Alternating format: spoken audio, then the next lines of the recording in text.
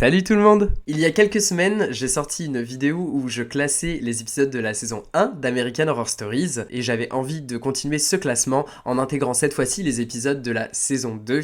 Alors sans plus attendre, je vous propose de regarder le classement où j'avais déjà rangé les épisodes de la saison 1. Alors on a dans le top la catégorie Thanks Ryan avec deux épisodes que j'ai beaucoup aimés, notamment Drive-In et Feral. Et à l'inverse, dans le bottom des épisodes que je ne souhaite pas du tout revoir et que j'ai trouvé un peu inutiles, nous avons dans la catégorie Please Stop, The Naughty List et Game Over. Comme vous pouvez le voir, le classement est assez équilibré, mine de rien. On va voir si ça va être la même chose ou pas pour la saison 2. Nous allons voir cela tout de suite avec le premier épisode. Épisode 1.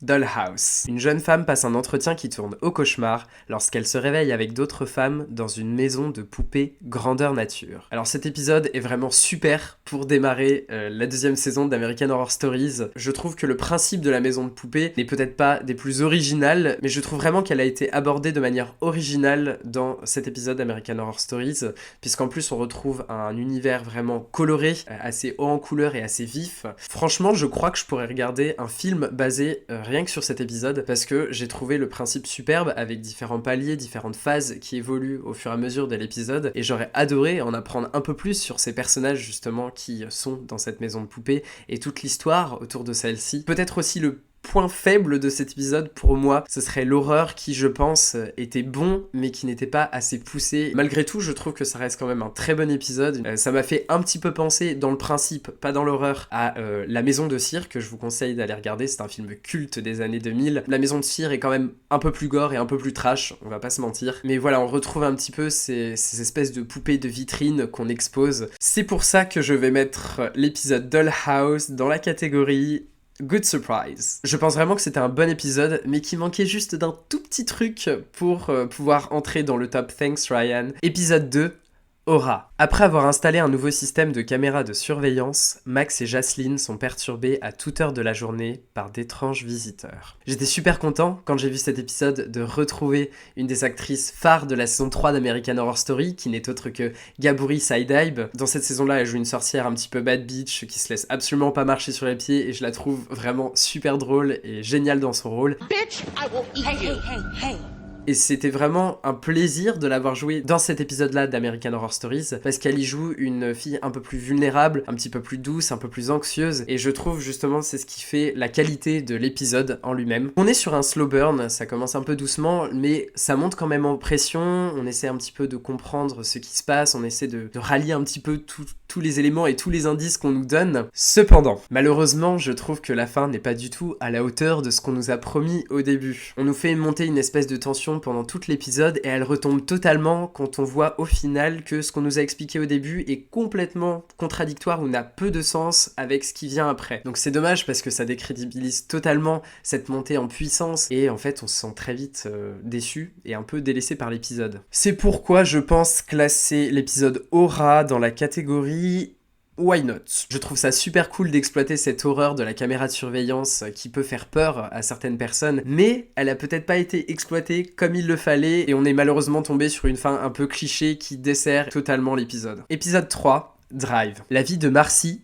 jeune fêtarde enchaînant les conquêtes sexuelles, est bouleversée lorsqu'elle se fait attaquer en voiture en revenant de boîte de nuit. Ce que j'aime le plus avec cet épisode, c'est qu'ils utilisent une espèce de légende urbaine, ou plutôt une sorte d'histoire qu'on se racontait quand on était jeune au lycée pour se faire peur, de cette jeune femme qui est dans une voiture et qui se fait poursuivre par une autre voiture qui lui fait des appels de phare et elle ne comprend pas ce qui se passe. Et voilà, c'est vraiment cette espèce d'horreur qu'il y a autour de la voiture et la peur de se faire poursuivre par des inconnus ou se faire attaquer en plein milieu de la nuit par quelqu'un qui nous poursuit. J'ai trouvé que c'était très intelligent d'utiliser cette histoire pour faire peur et en plus, comme dans tous les épisodes d'American Horror Story, on a un twist final et notamment celui-là est vraiment pas mal. J'étais un petit peu étonné et surpris, malgré le fait que l'épisode malheureusement n'ait pas une tension qui soit tout le temps à la même hauteur, c'est-à-dire qu'il va y avoir des moments où on s'ennuie un peu plus que d'autres. Pour ce qui est du classement, je pense que cet épisode-là, je vais le mettre dans la catégorie Why not? Pareil que pour l'épisode précédent, c'est vraiment une histoire de base qui, je trouve, est intéressante. Et comme je vous ai dit, on sent à des moments que le rythme est un peu lent et ça casse un petit peu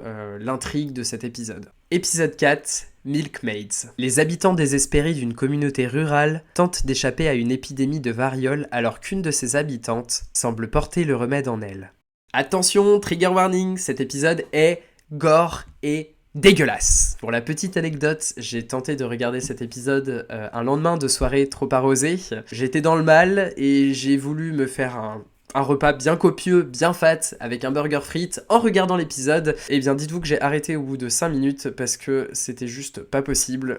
Les visuels étaient trop dégueulasses, j'ai bien cru que j'allais rendre mon repas. Donc pour ceux qui veulent manger en regardant cette série, évitez sur cet épisode-là, vraiment je pense que vous me remercierez. On est vraiment sur un horreur visuellement dégoûtant et là-dessus vraiment je peux lui donner des points d'originalité parce que je pense que c'est plutôt original. Cependant, ça ne veut pas dire que j'ai aimé l'épisode. On est sur une thématique qui, je pense, ne m'intéresse pas personnellement. Je n'ai pas accroché à l'intrigue. J'ai pas réussi à m'attacher à ces personnages. Je m'en foutais un peu. Pourtant, on a quand même, je crois, une bonne petite romance. Mais à part l'horreur qui est originale et dégoûtant, je n'ai pas aimé cet épisode parce que l'intrigue ne me parlait pas. Pour cela, je pense mettre cet épisode dans la catégorie mais je donne des points pour l'originalité de l'horreur et le côté dégueulasse parce que je pense vraiment que c'est original. Cependant, l'intrigue ne m'a absolument pas concerné, je ne me suis pas senti investi dans cette histoire. Je n'y ai pas trouvé mon compte, tout simplement. Épisode 5, Bloody Mary. Des adolescentes tentent d'invoquer Bloody Mary dans leur miroir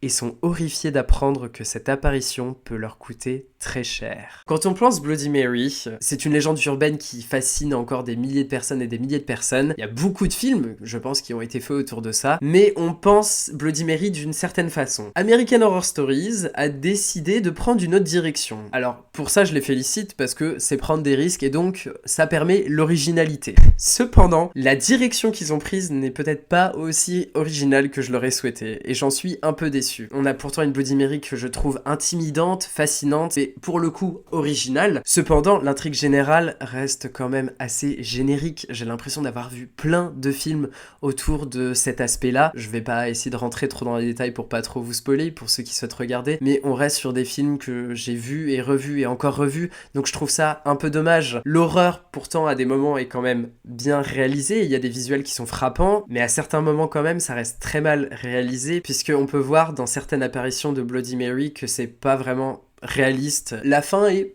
plutôt cool. Je pense encore une fois que ça aurait pu être mieux parce que ça aurait pu être visuellement encore plus frappant. Je pense que j'en attends toujours trop d'American Horror Stories, mais au final, je reste pas super convaincu par l'épisode, je suis dans un espèce d'entre-deux. C'est pour ça que ça va me rendre la tâche difficile d'essayer de le mettre dans le classement. Mais je pense que je vais le mettre dans mais. Au final, la direction prise n'est peut-être pas la meilleure pour mettre en valeur Bloody Mary, et c'est vraiment dommage parce que c'est une légende urbaine qui, je pense, est encore fascinante aujourd'hui. Épisode 6, Facelift. Virginia, qui ne supporte plus les marques de vieillesse sur son visage, décide de faire un lifting qui est réalisé dans de mystérieuses conditions. Le début pour moi a très bien fonctionné. On a cette vieille dame à qui on s'attache particulièrement, on sent qu'elle est très touchée par le fait de vieillir et elle a besoin de changer de physique. Et je sais pas, pour moi, je la trouvais particulièrement touchante. Donc j'étais vraiment investi émotionnellement avec ce personnage. Cependant, au fur et à mesure que l'épisode se déroule,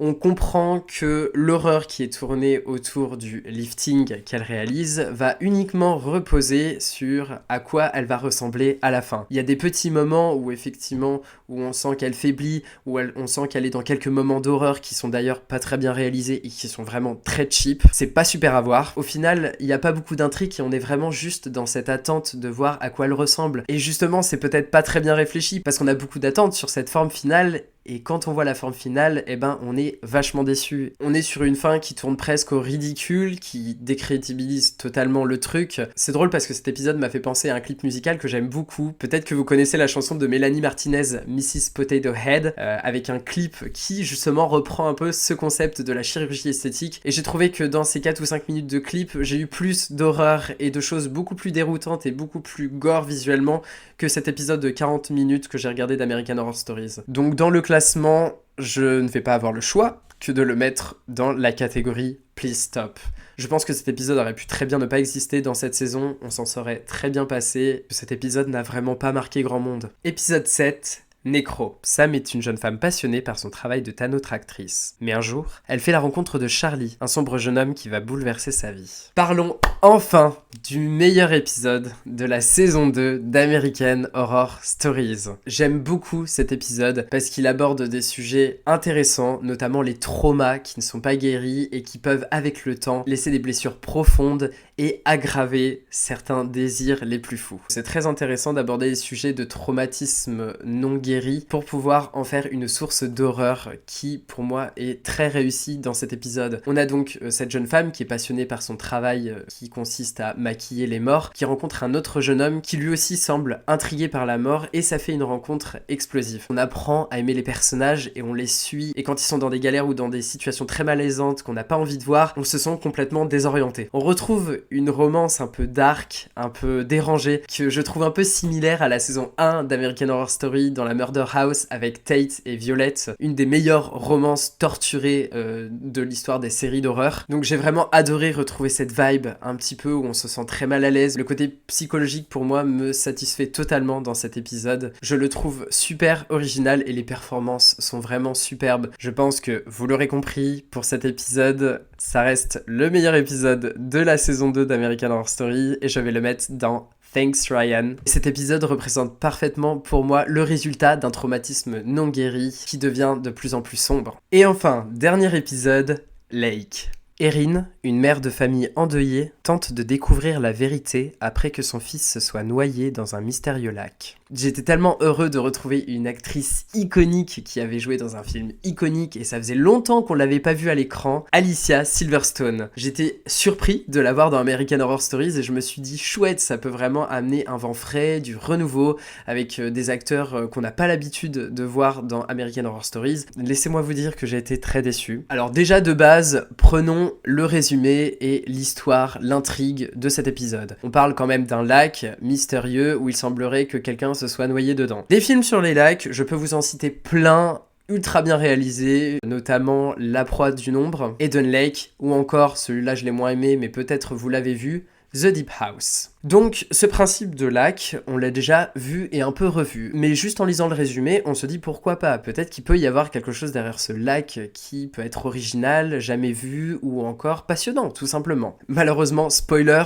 non, il n'y a rien d'intéressant et on va dire que les acteurs n'aident vraiment pas à rendre cet épisode palpitant. On est donc sur un fils d'une famille qui est mort dans ce lac dès le début et on est censé avoir une famille en deuil. Quand vous voyez la tête et les sentiments, les émotions et la façon dont c'est interprété par les acteurs, on n'a vraiment pas l'impression d'y croire. On a des performances assez lisses, on ne cherche pas à essayer d'exploiter ce deuil et je pense que ça aurait été intéressant, mais non, on reste un peu en dehors de ça. Et en plus de tout ça, dans cet épisode, on a de l'horreur qui est, on va pas se mentir, générique, mais générique au plus haut point. C'est-à-dire que les jumpscares qui sont utilisés dans cet épisode, vous pouvez les voir dans n'importe quel film d'horreur. C'est vraiment du vu et du déjà vu et c'est tellement frustrant. La scène finale où on est censé avoir un climax, c'est super mal fait. C'est tellement mal fait qu'on a l'impression que ça sort littéralement de magasins de déguisement où vous allez pour aller acheter vos costumes d'Halloween. Donc voilà, encore un épisode où on aurait pu faire 100. Vous l'aurez compris donc, je vais le placer dans la catégorie